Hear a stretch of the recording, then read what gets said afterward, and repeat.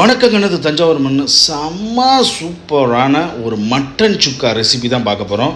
ஆமாங்க, மட்டனை ஃபஸ்ட்டு நம்ம குழம்பு வச்சாச்சு, தண்ணி குழம்பு வச்சாச்சு. அந்த மட்டனை என் பையனுக்கு பிடிச்ச மாதிரி ஒரு சுக்கா செய்யணும்னு ரொம்ப நாள் ஆசை.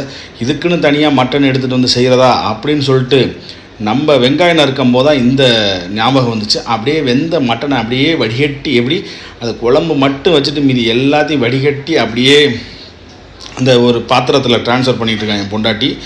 ஆமாங்க, இந்த மட்டன் சுக்காவுக்கு ஸ்பெஷல் ஒரு பவுட்ரு ஒன்று, இப்போ மசாலா ஒன்று அரைக்க போகிறோம், ஸ்பெஷல் மசாலா. அந்த மசாலாவை போட்டு தான் செம்ம சூப்பரான நெய் ஊற்றி எண்ணெய் ஊற்றி பாசத்தை சேர்த்து செம்ம சூப்பரான ஒரு மதுரை ஸ்டைல் மட்டன் சுக்கா ரெடி ஆகிட்டுருக்கு.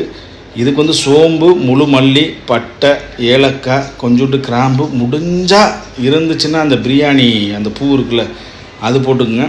ஃபஸ்ட்டு முழு நெல்லி இல்லைங்க, முழு மல்லி டங்க்கு சிலிப்பாயிருச்சு, அதெல்லாம் போட்டு நல்லா வதக்கி வறுத்து எடுத்துட்டு அதை அப்படியே நம்ம மிக்ஸி ஜாரில் போட்டு எடுத்துடணும். ஆல்ரெடி மட்டன் சூப்பராக வெந்துருச்சு. மல்லி எவ்வளோக்கு எவ்வளோ முழு மல்லி சேர்த்துக்கிறீங்களோ அவ்வளோக்கு எவ்வளோ டேஸ்ட்டு பிரமாதமாக இருக்கும். என்னென்ன சொல்றோம் பாருங்க, கம்பி கட்டுற கதையெல்லாம் எடுத்து போடுறோம். அப்படியே முழு மல்லியை போட்டு அதோட காஷ்மீரி சில்லி அப்படியே ஒரு 3 இது அப்படியே போட்டு கருவேப்பிலை எவ்வளோக்கு எவ்வளோ போட்டு வெறும் எண்ணெய் இல்லாமல் நல்லா வறுத்தெடுக்கணும். வறுத்தெடுத்தது அப்படியே கருகிடக்கூடாது, பொன்னிறமாக வறுத்தெடுக்கணும். அப்படி வறுக்கும்போது அதில் போட்டிருக்க ஸ்பைசஸோட ஸ்மெல்லு செம்ம சூப்பராக இருக்கும். சளி பிடிச்சிருந்தா இமீடியட்டாக போயிடும், அந்த மாதிரி ஸ்மெல் அடிக்கும். அப்படியே இதை ஆறுனதுக்கப்புறம் நம்ம ஒரு மிக்ஸி ஜாரில், சின்ன மிக்ஸி ஜாரில் போட்டோம்னா போகிறது பாதி மேலே போகுது பாதி கீழே போகுது, அப்படியே அரைச்சி எடுத்துகிட்டு அப்படியே சுத்தமான தேங்காய் எண்ணெயில் இந்த மட்டன் சுக்கா செய்கிறோம். அப்படியே நெய் லைட்டாக ஒரு ஸ்பூன் விட்டோம்னா இன்னும் பிரமாதமாக இருக்கும். கொஞ்சம் ரிச்சாக வேணும் அப்படின்னா மட்டன் சுக்காவில் லாஸ்ட்டாக ஒரு 10 முழு முந்திரி பருப்பை நெய்யில் வதக்கி அப்படியே போட்டு சாப்பிட்டோம்னா சொல்ல வார்த்தையிலங்க அவ்வளோ சூப்பராக இருக்கும். அப்படியே சின்ன வெங்காயம் தான் போடணும், பெரிய வெங்காயம் எக்காரத்தை முன்னும் போட்டுறக்கூடாது. அப்படியே சின்ன வெங்காயத்தை போட்டு அப்படி இப்படி வதக்கிட்டு ஒரு 2-3 வரமிளகா கிள்ளி போட்டு கருவேப்பில்லை எவ்வளோக்கு எவ்வளோ கருவேப்பிலை சேர்த்துக்கலாம் அவ்வளோக்கு எவ்வளோ ஹெல்த்துக்கு நல்லது.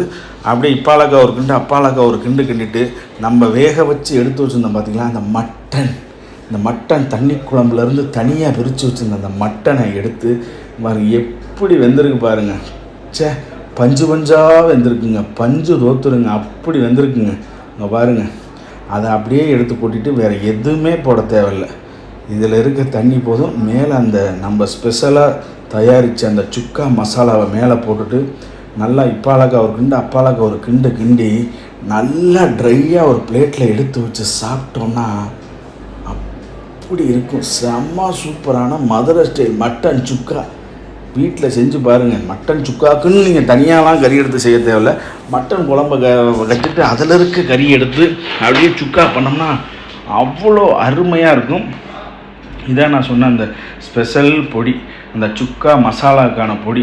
இதை அப்படியே நல்லா கொட்டி நல்லா ட்ரை ஆகணும். லாஸ்ட்டாக பார்ப்பீங்க சூப்பராக வெங்காயம் இருக்கிறதே தெரியாது, அது மாதிரி நல்லா ட்ரை ஆனதுக்கப்புறம் அப்படியே மட்டன் குழம்பு சாதம் ஒரு கரண்டி இந்த சுக்கா வச்சு அப்படியே குடும்பத்தோடு சாப்பிட்டோம்னா அவ்வளோ அருமையாக இருக்கும்.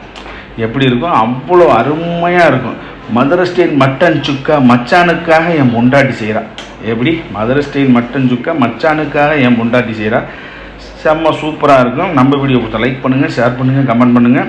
மறக்காமல் பெல் ஐக்கானை கிளிக் பண்ணிவிட்டு இந்த வீடியோ உங்கள் ஃப்ரெண்ட்ஸுக்கு ஷேர் பண்ணுங்கள்.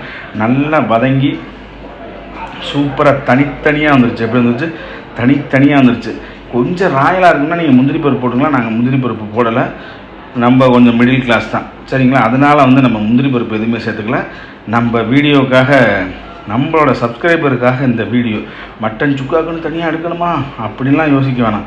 இதை வச்சுட்டு 2-in-1 பர்பஸாக மட்டன் யூஸ் பண்ணிக்க போகிறோம், அவ்வளோதான். எப்படி சாப்பிட்டாலும் மட்டன் வயிற்றுக்குள்ளே போகுது, அடுத்த 6 மணி நேரம் கழிச்சு வெளியில் வரப்போகுது. இதான் லாஜிக். என்ன தான் நீங்கள் அப்படியே கோல்டு லீவ்ஸ் போட்டு மட்டன் சாப்பிட்டாலும் 6 மணி நேரத்தில் செரிச்சுன்னா அடுத்த 1/2 மணி நேரத்தில் கக்கூஸ் பண்ணால் சருன்னு வந்து நம்ம வீடியோ பிடிச்சா நீங்கள் சப்ஸ்கிரைப் பண்ணுங்கள். வணக்கம். எல்லாரும் மறக்காம பைந்தமிழ் விளாக்ஸ் சேனலை வந்துக்கிட்டு சப்ஸ்கிரைபரு, கமெண்டு, அப்புறம் லைக்கு, ஷேரு எல்லாத்தையும் பண்ணி விட்ருங்க. நன்றி, வணக்கம்.